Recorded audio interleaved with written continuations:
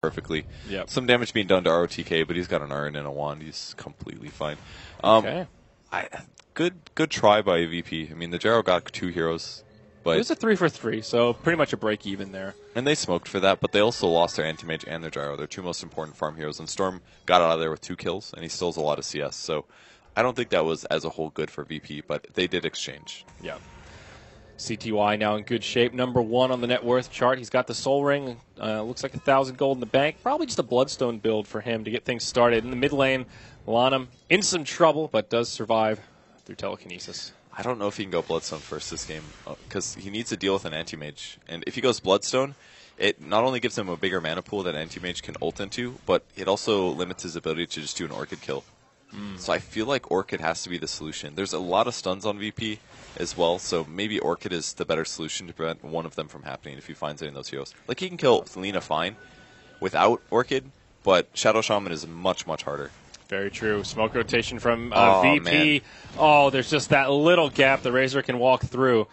And unfortunately for the Dire side, the Fissure didn't stun, so another wasted smoke from Virtus Pro that yields nothing. If they placed this Observer Ward just a little bit more down, they would have known exactly where the Razor was and they would have killed him. Maybe they did this on purpose because it's very far away from this D Ward spot here, but I haven't seen anybody check that spot in the TI or during TI here because it's just too obvious. Yeah. It's interesting how ward mind games work, where you need to find these really interesting places, but sometimes going back to the obvious spots will throw people off guard because they're so obvious. Yeah, surely they wouldn't put a ward there because they wouldn't expect me to de-ward that, therefore.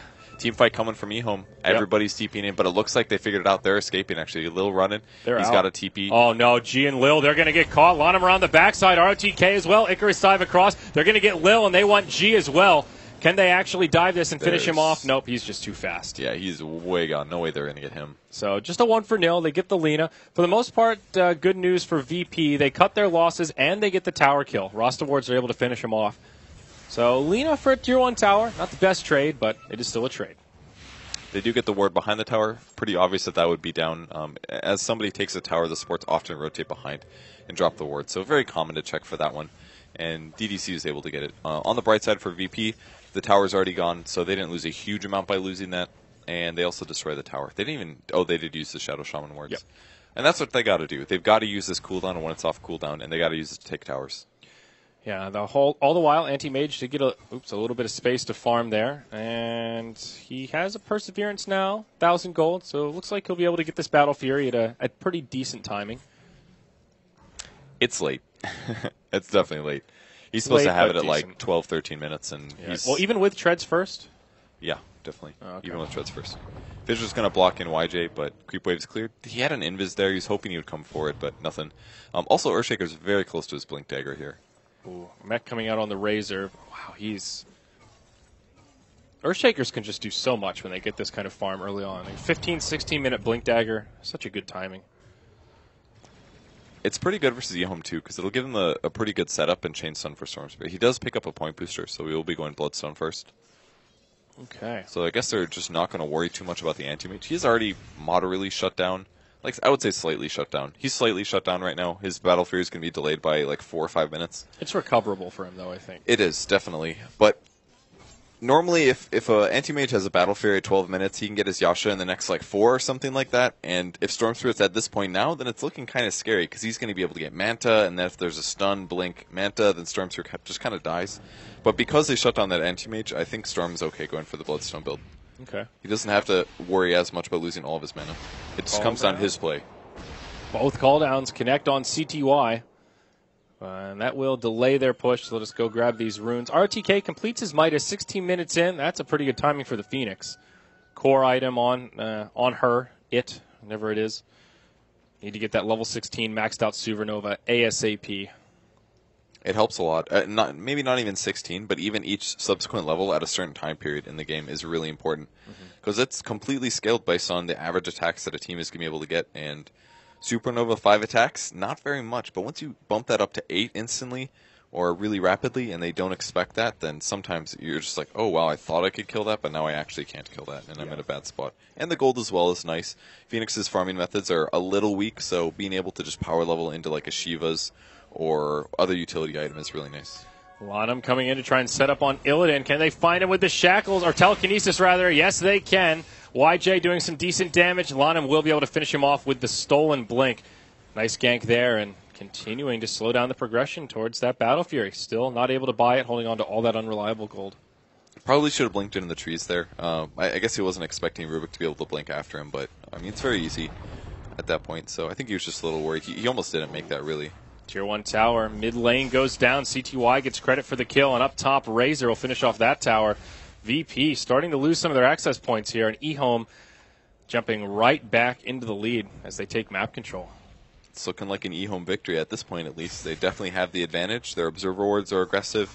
I mean, VP has one down currently, but that's about it. And VP's items aren't scaling nearly as well. The Battle Fury delay on Anti-Mage means that it's just going to delay his Battle Fury, which will delay how well he's able to split push later. Like, you can't get a Battle Fury the same time as the Storm gets a Bloodstone. It's just so dangerous. Yeah, because that's the time when Storm can really get aggressive. Also farm very effectively. Yeah, he might even finish his Orchid before the Anti-Mage has his Diffusal Blade. And if that's the case, I just don't see VP winning this game. Or before the Manta, rather. Oh, yeah. What did I say? Diffusal Blade. Yeah, I have no idea why I said that. So I don't think I've ever seen an Anti-Mage buy a Diffusal, but... The wrong choice. Definitely the wrong choice. Yeah, well, Phobos, we'll see what he can do with his Blink Dagger. Still haven't really seen him get that active, even though he picked it up just a couple minutes ago. The Gyro, he's going for the SNY build. No mech on VP, and they are just not really in fighting shape here. Looks like a rotation onto DDC. Could be coming down this way, but Lanham's right there. Telekinesis onto Lil, pulling back in. Do they have any follow-up damage? Yep, they sure do. CTY's here, zipping all around. LSA off the mark, hard to connect. Lil just barely, but just tickles as he bottles through it. Double damage rune on, but Phobos will live. Gets a Bloodstone charge out of that. Not terrible for Storm. He would have liked the double kill, but just a little too tough against Earthshaker when he's got Tranquil Boots. Up top, ROTK and FNG going at it. There, the ward, Shackles, solo kill for the support on Virtus Pro. Oh, let's get the courier too? Oh, right away. 14 HP. And had a gem on it too. If he would have gotten that kill, that would have been insane. Oh my, yeah, that would have been huge. Just imagine if he ganked a little bit later there, and he would have transferred the gem to himself. That would have been a huge loss. 19 minutes in, just hand the gem over right away. Yeah, to the team that's losing. That's a mistake, definitely. That is one sure way to get the other team back into that game. Just hand them a free gem on a silver platter. You'll have a decent lead, but nothing that's insurmountable. Only 3K net worth, 2K experience. Yang here with his mech complete, just about 1,000 gold away from his BKB. Nice well-rounded Razor build here. Very combative. Makes a lot of sense based on how eHome have been approaching this game so far.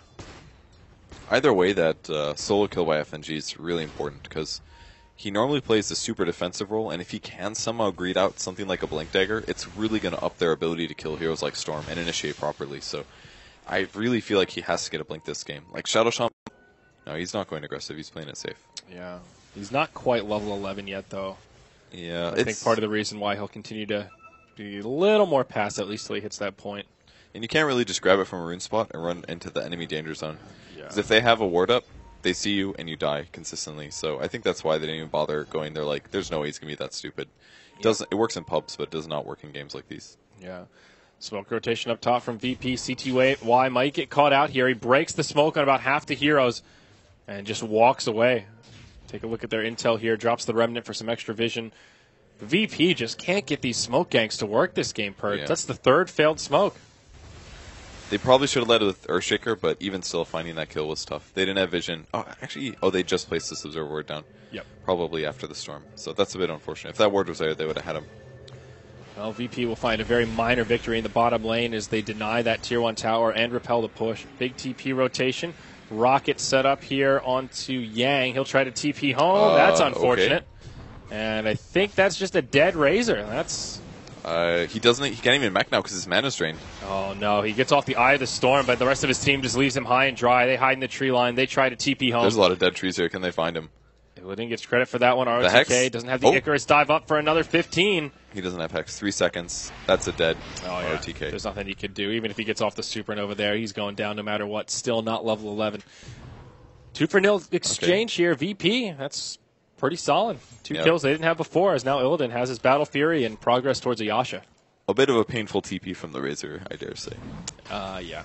I guess it is nighttime, so he just didn't see the rocket get cast, I guess. Yeah, I guess so. He did get the reflected damage. I don't know. I'm observing, so it's easy to see. But if you're playing, you just miss stuff like that sometimes. And he casted his TP, and then he saw the missile coming, then he canceled it and started running, and bam. The mana drain and no mech for him, and his survivability goes drastically down. That's actually something that's pretty significant and might influence fights. If Anti-Mage does go on Razor, drains his mana, and they don't get the mech off, that's 2,300 gold item. That's an overpriced chainmail. Yeah, you're right. I mean, Razor is one of those heroes that does have some mana issues. Mech is about a third of his mana pool, so if he just does a full rotation of his spells, doesn't give you a hell of a lot left to work with. Yeah. Roche falls in favor of VP. The Aegis goes the way of the Anti-Mage, and putting those Rost awards to good use, as we talked about in the draft. Definitely one advantage that this support brings to the table is Roche on control. Looks like FNG maybe just going for a Force Staff here as he picks up the Staff of Wizardry. Could also be the Yules to get those ward traps going. I think it's going to be a Force Staff, probably. Yeah, I think so, too. He doesn't... I mean, I don't know how good his ward traps are. If it was Lil, he does not need a Yules to get the ward trap. FNG might not be as practiced as on Shadow Sham. He's playing it fine, though. But I think it's going to be a force to help save people that get pulled by the Storm. If you can at least limit the amount of static remnants that they get hit by, it is some damage, and it forces Storm to ball a little bit more. It's kind of like wasting Storm's mana a slight amount. And same with anybody that gets out of position. They're going to get lifted by Rubik, and sometimes the force might be the difference between them living or not. Yeah. CTY now very close to his Orchid. He's got both Oblivion Staffs and about 300 gold to spare. Great news there. Looks like it'll be a pretty good timing against the Anti-Mage, who still is nowhere close to the Manta. Illidan can definitely recover, though. I mean, he got that kill against the Razor. Yep. He's number 2 on net worth now. I mean, that's a big jump relative to where he was 5 minutes ago. But Anti-Mage's advantage is also staying way far ahead of your opponents in terms of farm. Since his base stats are pretty weak, his strength gain is horrible, and he doesn't have very much disable. So, you know, he's definitely a little bit weak here. 1.2 strength per level is almost nothing. Yeah. That's very true. VP grouped up here. Could be a little skirmish around this.